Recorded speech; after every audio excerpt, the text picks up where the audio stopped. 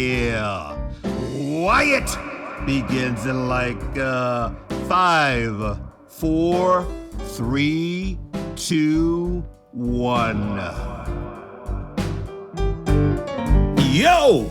Welcome to Wyatt! And I'm your host, Wyatt O'Brien Evans. Grr, woof! God damn it, woof, woof, woof, woof. Hi! I said hi to all my YouTubers out there.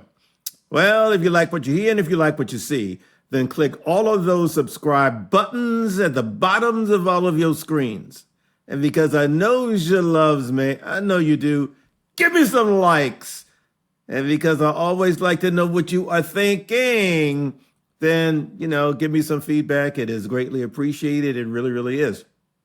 Today's special guest on Wyatt is Dr. Jonathan Matthias Lassiter, the renowned licensed clinical psychologist, and also he's the author of the brand new book that is already getting rave reviews. The title is How I Know White People Are Crazy and Other Stories. So I have to say, y'all, this is compelling. It's masterfully written. And Dr. Jonathan is here to give us the full 1-1. Are you ready? I know I am. So without further ado, Wyatt gives a B&B a bold and bodacious welcome to Dr. Jonathan Matthias Lassiter, licensed clinical psychologist, professor, public speaker, and author of the new book titled How I Know White People Are Crazy and Other Stories. Don't you just love this title? Because I love it. Talk to me, my brother. How the hell are you?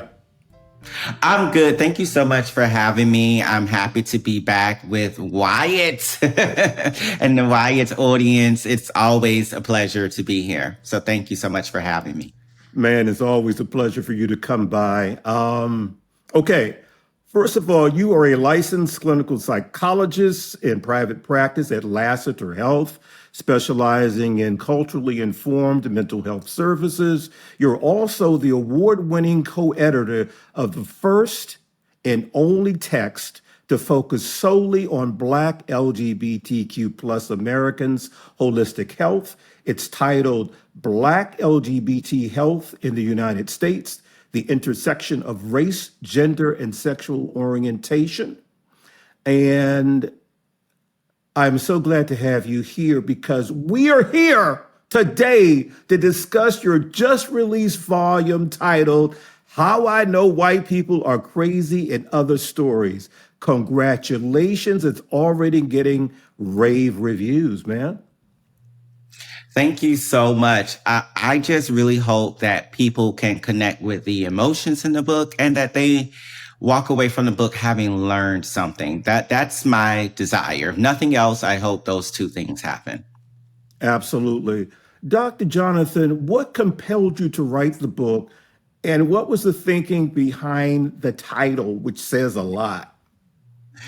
So the thinking, I always knew I wanted to write a book, and for a large, broad audience. I've written an academic book, as you talked about, and I wanted to go larger. I've always been a fan of people like Cornel West, Professor Eddie Glaude, Nikki Giovanni, James Baldwin, people who have written for large audiences. And so from a very young age, I was like, I want to write a book. And so I finally had the chance to do that.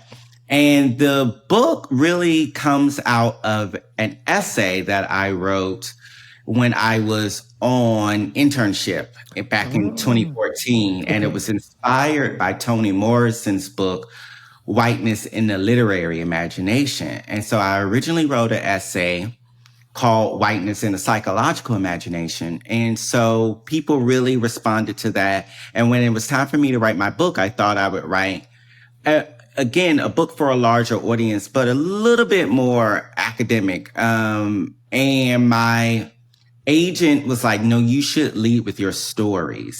Right. And so that essay turned into more of stories. Mm-hmm. And so that's how the book came to be. And so now we are here. How that title came to be is actually one of my friends. And one of my friends said, you should call it How I Know White People Are Crazy, because she had read some of the stories and she also knew about my experience. She's also an academic. And so she know what it's like to be the only Black person in a space and all that comes along with that.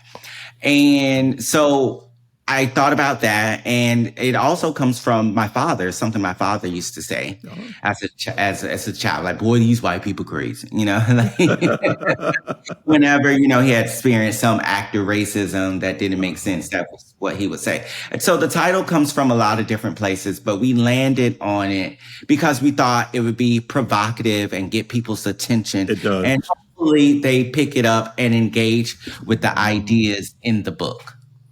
Oh, it does. I mean, it makes you want to read the book, just the title. Dr. Jonathan, was writing it a cathartic experience? And if so, why? I wouldn't say it was a cathartic experience for me, because a lot of what I have written in the book, I've already sort of processed in my own therapy. So it wasn't like I was processing as writing.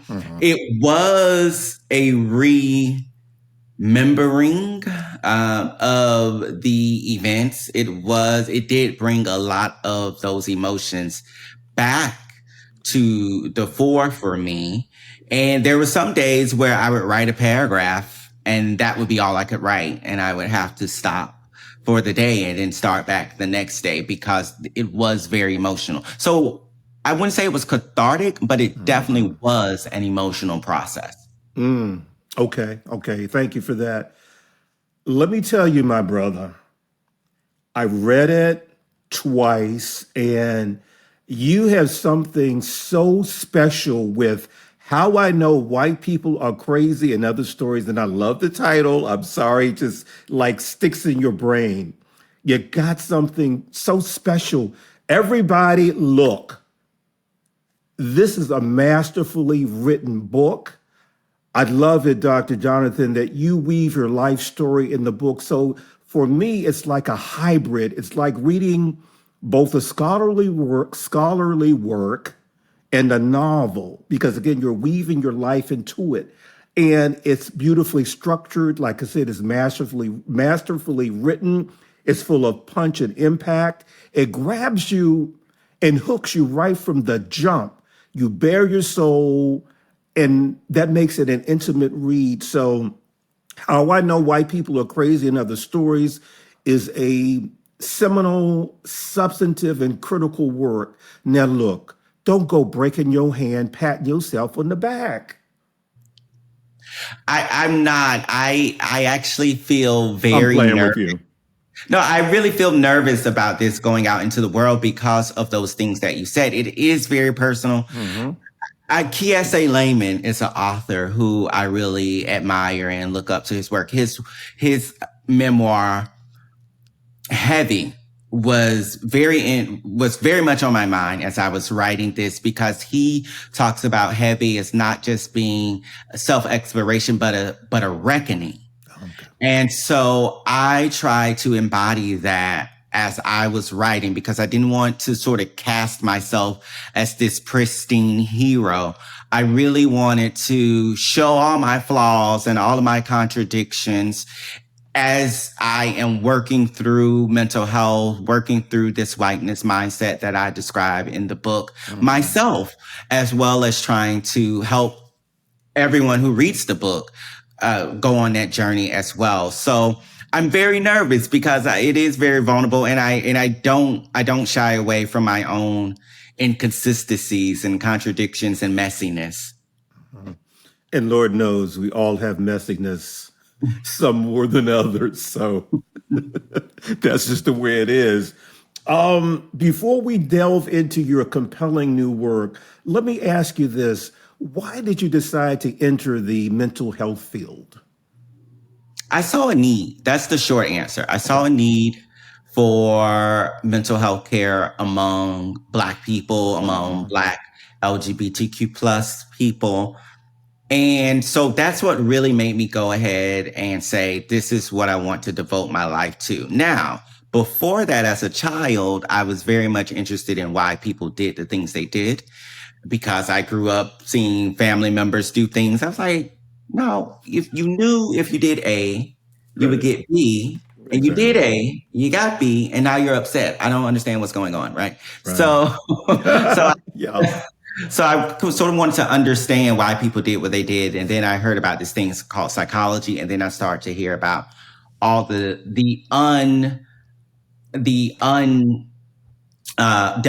underrepresented Black people are in psychology, and how we don't have enough providers for our communities. And so I saw that need, and I said, let me do this work. Got it. Got it. And we're so glad you do. We really are. Okay, let's immerse ourselves into how I know white people are crazy and other stories. And what I'm going to do is I'm going to read some sections and have you comment and elaborate. So, are we ready? Yes. Okay, here we go. I want to start with the prologue. And the section is Whiteness Makes Us All Crazy. And Dr. Jonathan, you write, and I quote, "We are crazy because we have all been infected with the whiteness mindset. We are in critical condition, and many of us are dying of whiteness," end quote. That is powerful, but it's also unsettling. So, what exactly is the whiteness mindset? So the whiteness mindset is a way of thinking and living in the world that is based on three assumptions. And those assumptions are: there's not enough to go around, kill or be killed, as well as us versus them, or divide and conquer, if you will. It's the same side of that coin.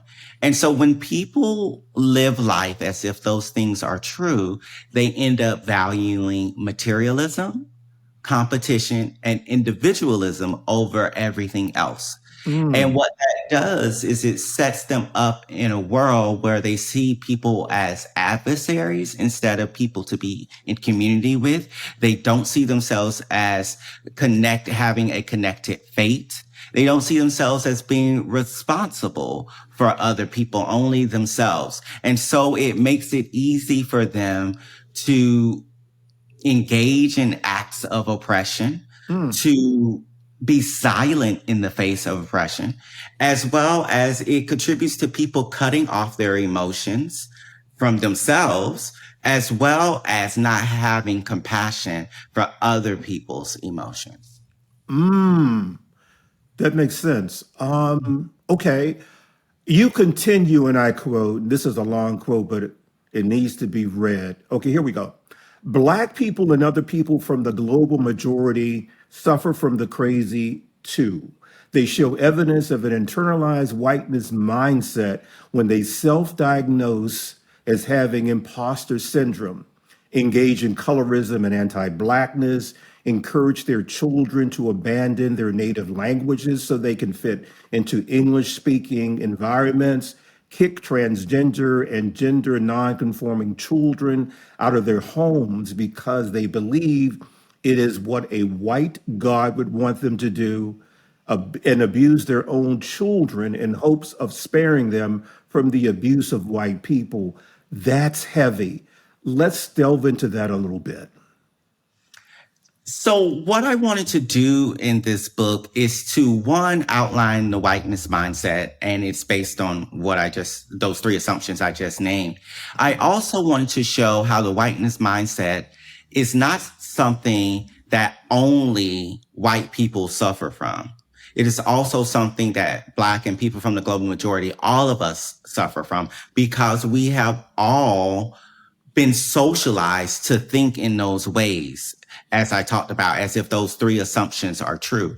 And so Black people and people from the global majority perpetuate the whiteness mindset when they see people in their communities as, again, enemies. So I talked about parents kicking out transgender and gender non-conforming children, for example, Right. as an example of the whiteness mindset. Well, why do I say that's an example of a whiteness mindset? Because the whiteness mindset has this us versus them mentality. And Mm. so instead of parents understanding that their children, regardless of whether they agree or not with their gender presentation, gender identity, are still a part of them, and that their child's well-being is inextricably tied to their well-being. If they don't understand that, then that is a symptom of the whiteness mindset. And so I really want to highlight how the whiteness mindset shows up for communities of color as well, people from the global majority, and how we as Black people also have to heal from this whiteness mindset. Okay. Okay. Thank you for that.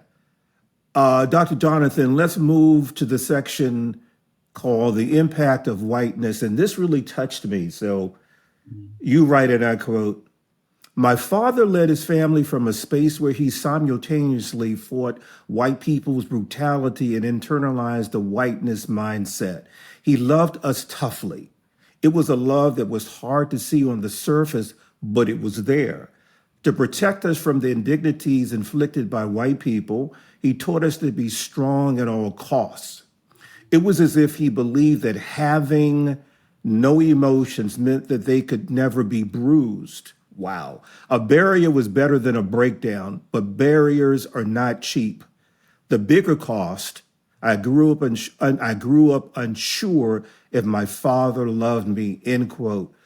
That's wow. Can we talk about that a little bit?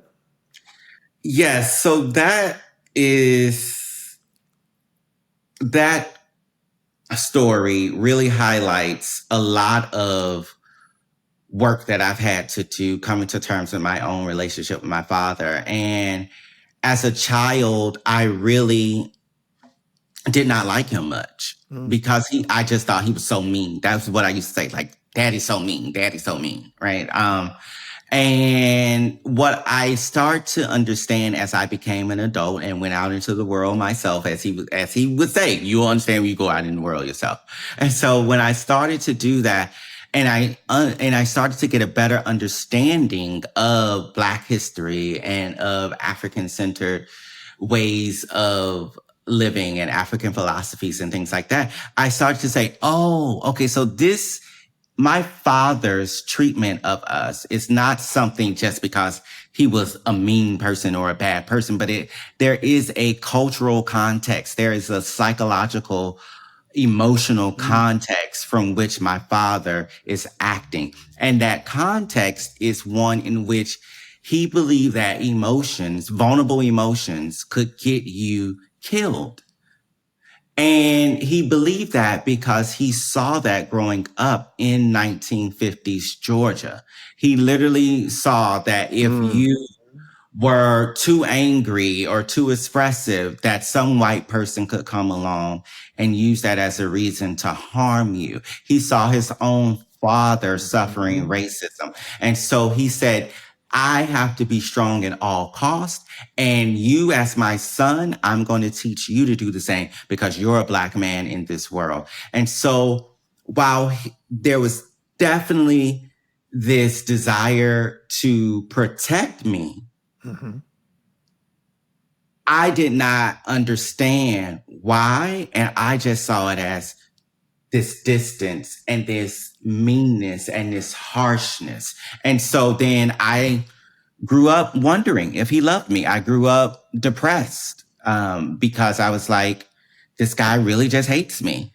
Oh, oh wow. You know what? You know what comes to mind? I watch a lot of YouTube, and there is a famous videographer, David Hoffman, and he does a lot of civil rights, Vietnam War interviews of folk. And he interviewed this guy in 1989 who said pretty much the same thing about his father. They both resided in the racist South, right, Jim Crow South. And he said that he thought his father was mean, but it was just him protecting him and trying to condition him for what was to come when he became an adult?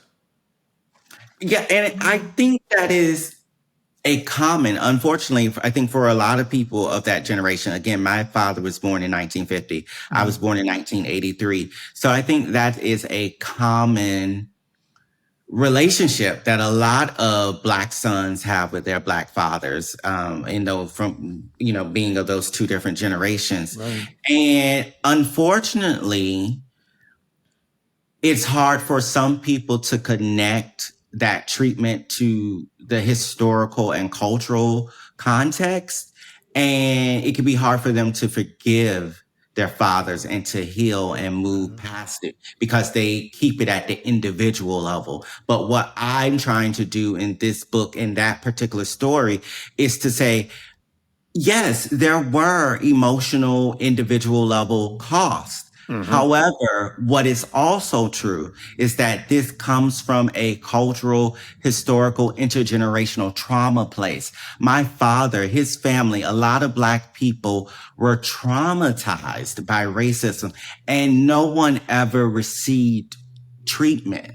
And so, of course, we pass it on. And so part of having compassion, again, I talked about compassion earlier, is understanding that my father's a human being and he is a product of his context, his circumstances, the same way that I am. And so I really want to highlight that in this particular story. Wow. That was a poignant story, and you did it really well. Okay. Moving on to the section titled Who God Wants Me to Be. You write, and I quote, Black people's history and relationship with Christianity is complicated. Many European colonists rationalized their crimes against African people as God's work. One of the benefits of whiteness is the power to define and enforce one's way of life, or in this case, one's religion, as the only one that is normal and desirable. The whiteness mindset convinced Europeans that their ways of thinking about God and what it meant to be a human were the only natural options, end quote. Let's unpack that. So, what I'm trying to highlight there is this way in which the whiteness mindset has really narrowed what God can be, what spirituality can look and feel like for pretty much all of us. And that has a negative effect on the way in which we see ourselves, our own self-image. It has a negative effect on the relationships that we have with others because, again, we think that if someone doesn't believe in the same religions, the same God, the same mythologies that we believe in, that somehow they are inferior, they're separate from us, and we have to kill their ideologies and the way they think. Otherwise, ours will be killed. That kill or be killed assumption again. And we see that. We see that happening in the country with book bans, with the outlawing of teaching LGBTQ plus history, with the outlawing of teaching Black history. Now, this whole critical race theory thing that we heard about a few years back, we see that with the closing down of social services for people. So, and a lot of people are using religion as a excuse for this sort of really cruel behavior. But that is not the way in which God and spirituality have been traditionally used before this whiteness mindset, these European ideas about who and what God is. Okay. And I do want to say that unfortunately, I see it in Black communities too much. And it really makes me sad when I see it there because we have a history of having multiple spiritualities. And yet through Christianity, people start to fear their own indigenous spirituality. So for example, when I grew up, voodoo and hoodoo were seen as evil things. and Christianity was seen as this thing that was like the only true religion. And so the older I got, the more I realized, no, actually, hoodoo and voodoo are more indigenous to us as Black people. That's our birthright rather than a Judeo-Christian understanding of what God is. And so that's what I'm trying to highlight in this chapter. And again, show the personal effects that it's had on me and my family. Okay. Got it. Got it. Okay, let's talk about the section titled "Cause We Niggas and That's All We Ever Gonna Be." Okay. Yes. Now, you write, Dr. Jonathan, and I quote, "The whiteness mindset fragments human beings from each other on the basis of difference. These people are then forced to compete for the small crumbs of resources available to them, while those at the top of fabricated hierarchies hoard the vast majority of resources. In such circumstances, many align themselves with white people and white cultural norms and participate in their systems to gain access to resources, whether financial, political, social, or psychological," end quote. Let's talk about that. But before we do, you are a true wordsmith, my brother. I'm telling you. Got to get that out. Thank you. Oh, Thank you sure. so Definitely. But okay, let's get into that.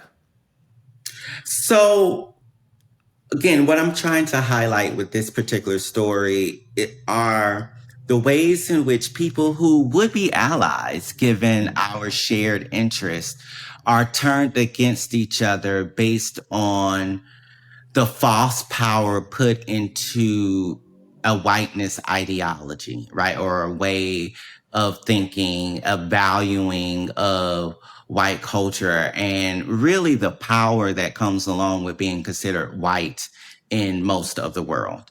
And so, for instance, in that chapter, I highlight a story about when I was a young graduate student in San Francisco. I had just moved there and I was attending a protest against Proposition 8, which at that time was a ballot initiative to outlaw same-sex marriage in the state. Right. And so this was 2008. So Obama had just been elected for the first time. Right. However, there was this initiative passed to outlaw same-sex marriage. And so as a Black same gender loving man, there was a win for my race, but a loss for my sexual orientation.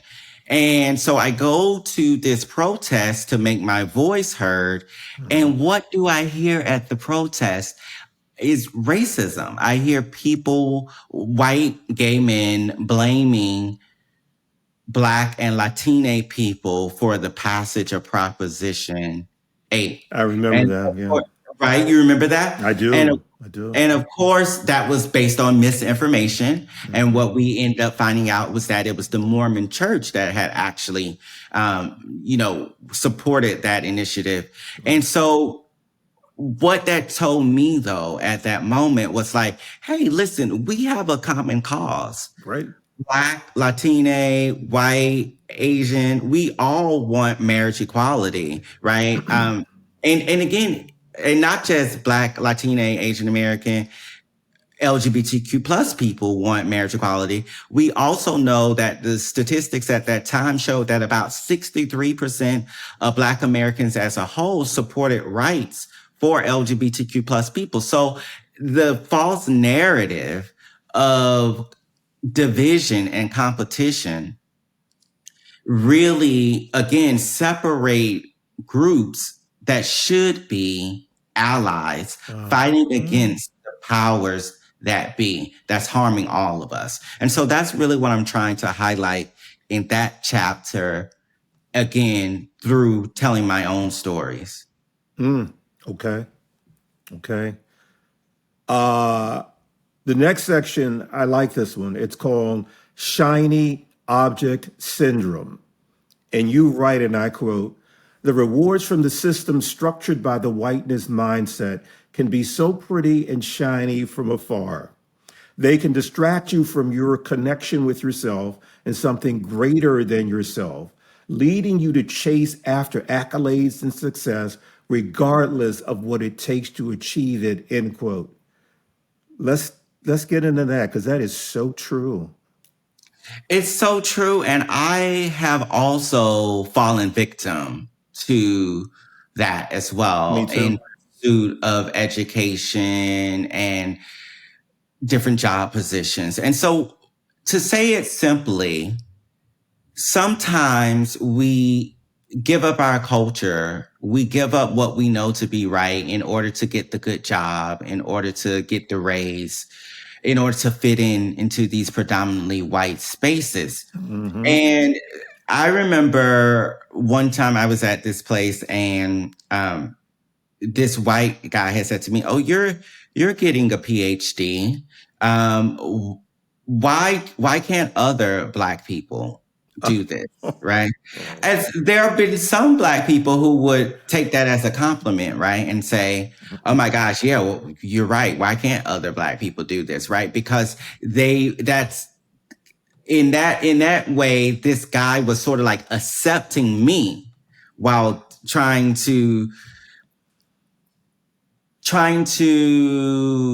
pathologize my other members of my community, right? Hmm. And Hmm. so for some Black people, we chase that validation, that white validation. We chase those accolades, and even if that cost us our connection to our culture, our community, to our own well-being, because guess what? How can we be Black people? How can we be people from the global majority and really love ourselves if we are looking down on other members of our communities who may not have the education, may not have the bank account, may not have the exposure to travel and things that we do have?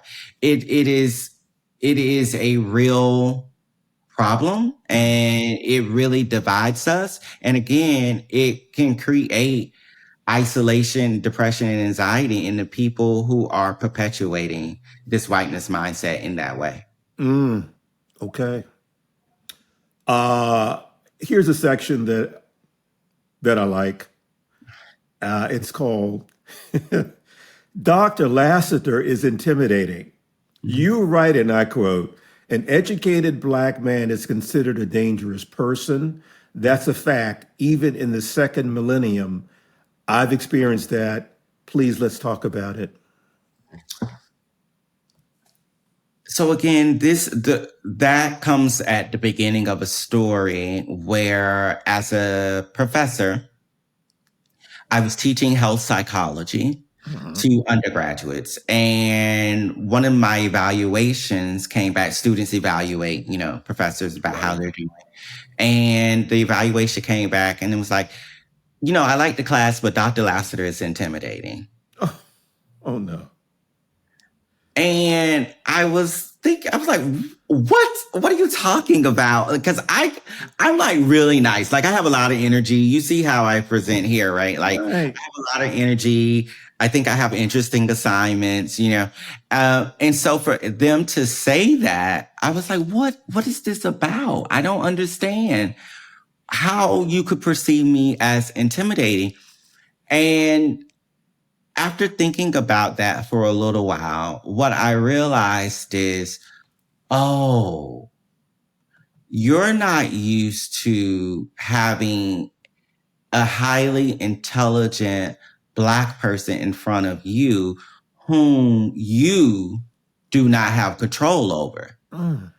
So where I was teaching at that particular time was a small liberal arts college with quote unquote elite students, which basically means that they came from rich families. And a lot of them had not seen Black people, right? And if they had, it was the stereotypical versions on television, or they were people who provided services for their families.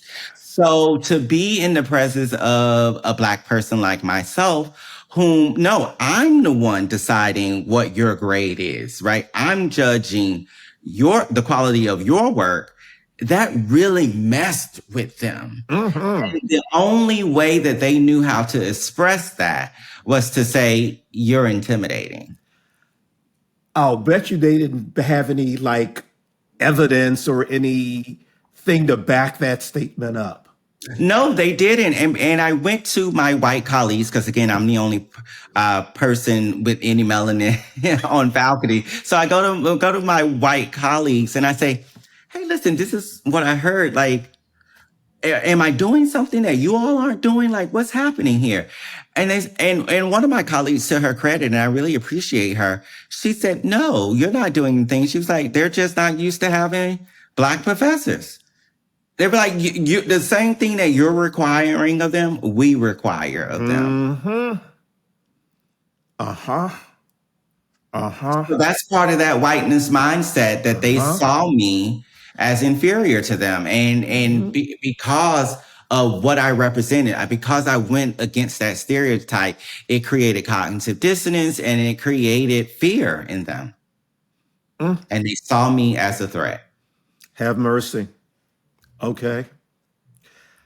Let's move on to the section titled "Killing Me Softly with Diversity." I'm thinking Roberta Flack, you know what I'm saying? Killing me softly with her song, right? Yeah. Mhm.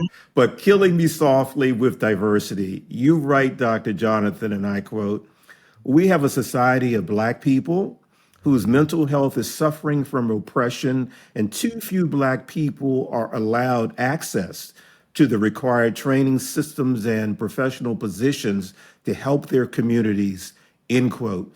And you state that there is an easy fix. What is it? Hire the Black person when they apply. Yes, yes. Really simple. And the reason why I say that is because 9 times out of 10, to even get in the door, we got to be twice, 3 times, 4 times better than our white counterparts. We know that. And that is still true today. And so the fact that I can be on a faculty of 13 professors and I am the only melanated person there lets me know that the problem is not that there aren't enough qualified people. It's the fact that you don't want them there. Right. Because I know if I exist, other very intelligent, smart, qualified Black people exist. Right? So it is a false, it is a racist notion. And I've heard my colleagues say all the time, well, we didn't have any apply, or we don't know how to recruit them, or they wouldn't want to live in this part of the country. And it's like, all of those are excuses. And having now sat on search committees, I know that you don't go outside of your bubble to recruit. Right. And so what I found, the story that I share in that chapter, is that I was on the job market and they would say, we value diversity. And then I would go and I would, give a stellar presentation because I am who I am. Like, I don't shy away. Like, I have worked very hard to be an expert in the area that I'm an expert in. So I have no problem saying I'm an expert in that particular area. And so I know I was more than qualified. I don't do things that I'm not well trained and equipped to do. Exactly. Some people do. I'm not one of those people. So if I go into a space, it's because I know I can excel in that space. Exactly. So the fact that I would go into these spaces, I would excel. People would say that was a great presentation. Wow, you're a really strong candidate. And then I wouldn't get the job.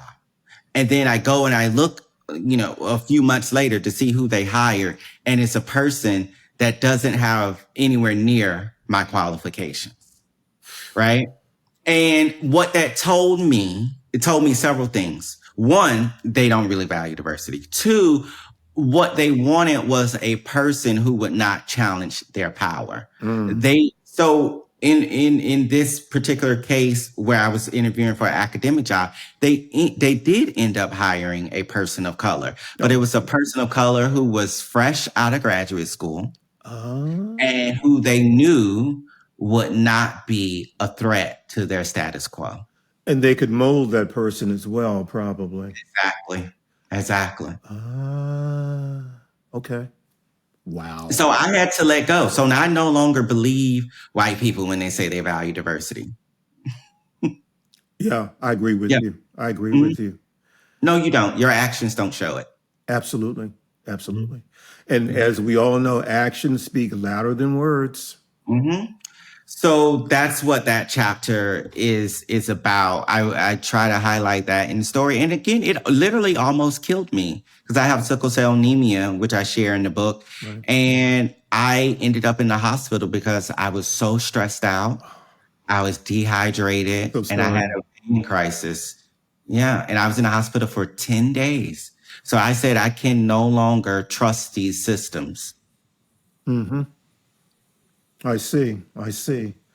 Um, I'm going to zoom to the epilogue. Everyone, there is so much great stuff in this book, but I'm going to move to the epilogue and talk to you about the section titled The Work of Healing from the Whiteness Mindset.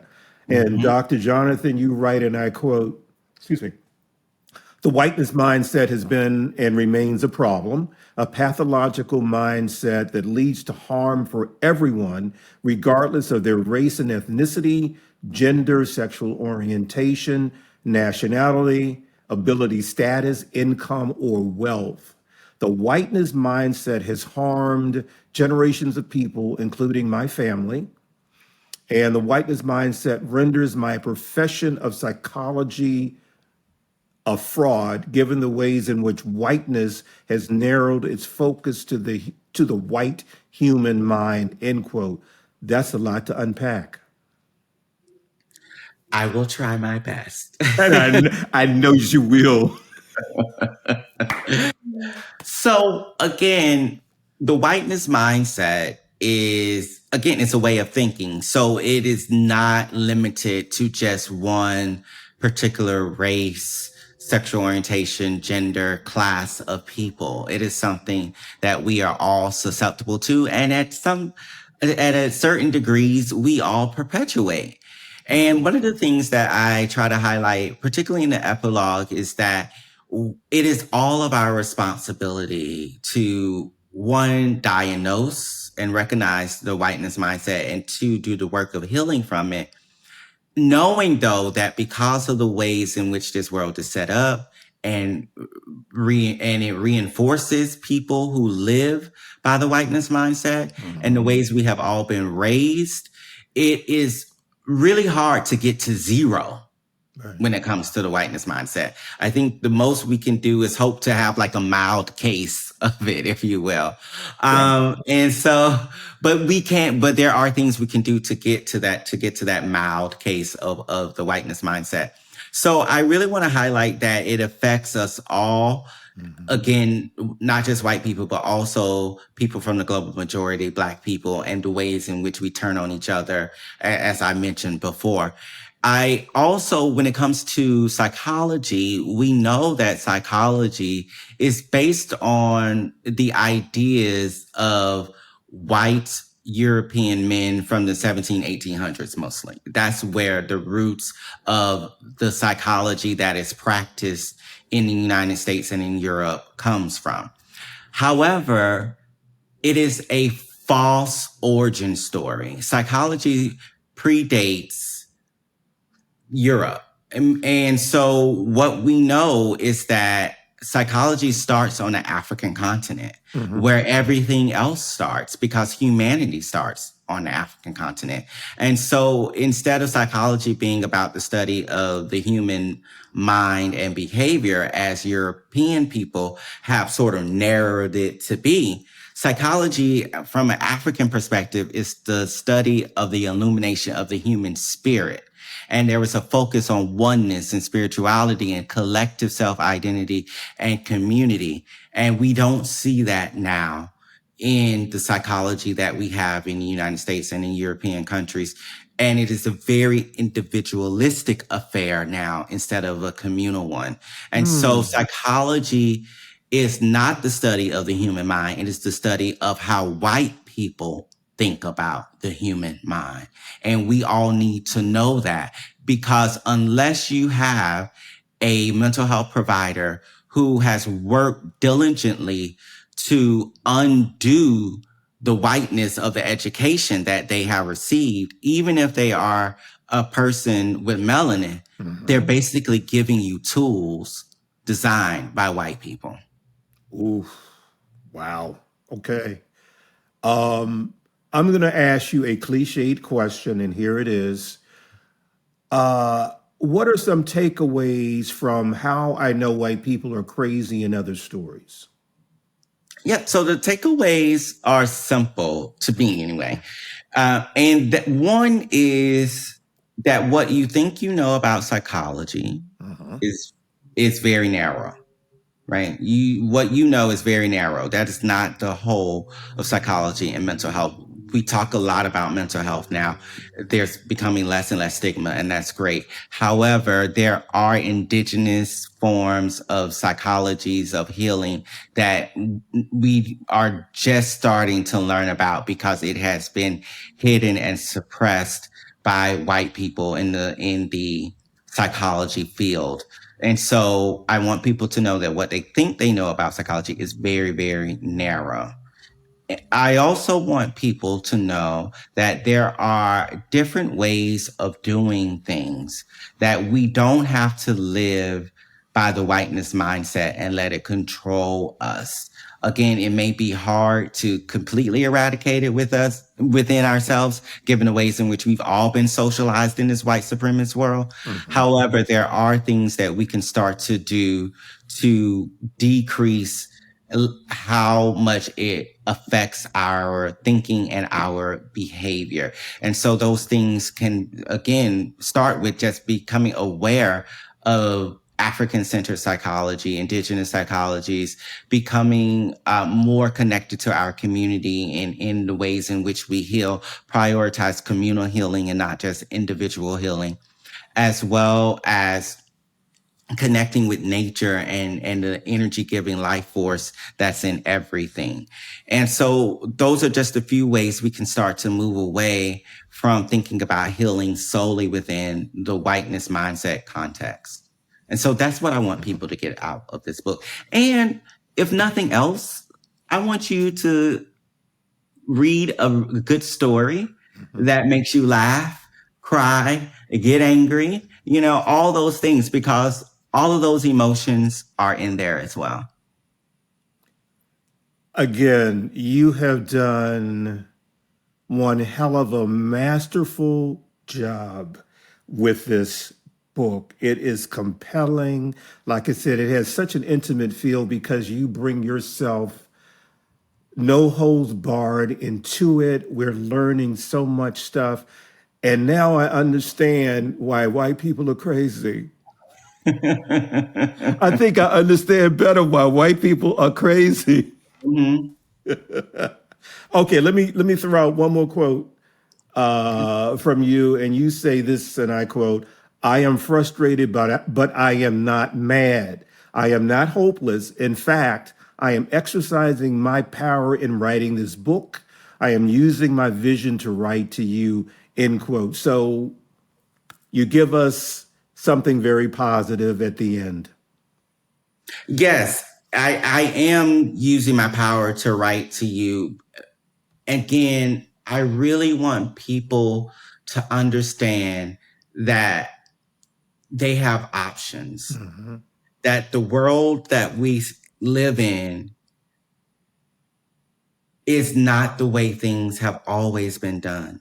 That, and particularly as people of African descent, we have a rich history of a culture that that if we reclaim it now, can really help us live healthier lives. So I really want people to get that from the book and to start on that journey of healing from the whiteness mindset, embracing indigenous psychologies and ways of thinking about mental health so that we can feel better ourselves and be better in community.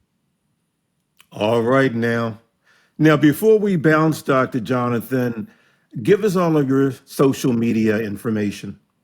So you can find me on all platforms at Lassiter Health, Lassiter Health, at Lassiter Health. Got it. Now, What's the name of this book? One more time, please. How I Know White People Are Crazy and Other Stories, Notes from a Frustrated Black Psychologist. Y'all get your asses out here and buy this book. It is compelling, it's insightful, it's poignant, and it's full of teachable moments. Buy it.